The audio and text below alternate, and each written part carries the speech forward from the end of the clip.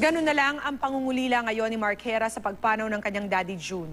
Bago pumanaw, may ginawa pa raw si Daddy June para kay Mark. May report si Nelson Canlas.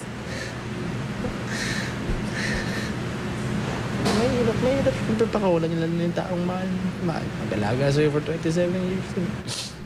Ayon kay Mark Heras, ngayon lang siya nakakuha ng lakas ng loob na pag-usapan sa harap ng kamera ang pagkamatay ng kanyang adoptive father.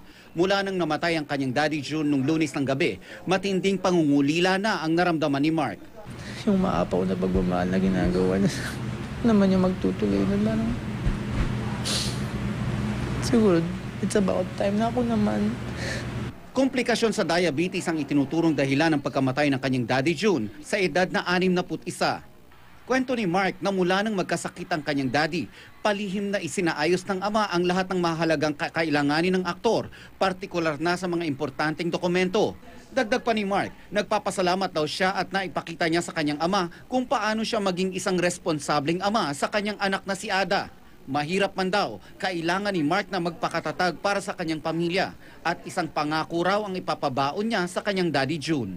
Don't worry na dad, parang relax ka na dyan. Ako nang gagawa ng mga ginagawa. Nakiramay kanina ang manager ni Mark na si Lolit Solis at si Jeneline Mercado. Sa linggo ng hapon, ihahatid sa kanyang huling hantungan ng Daddy June ni Mark sa Laguna.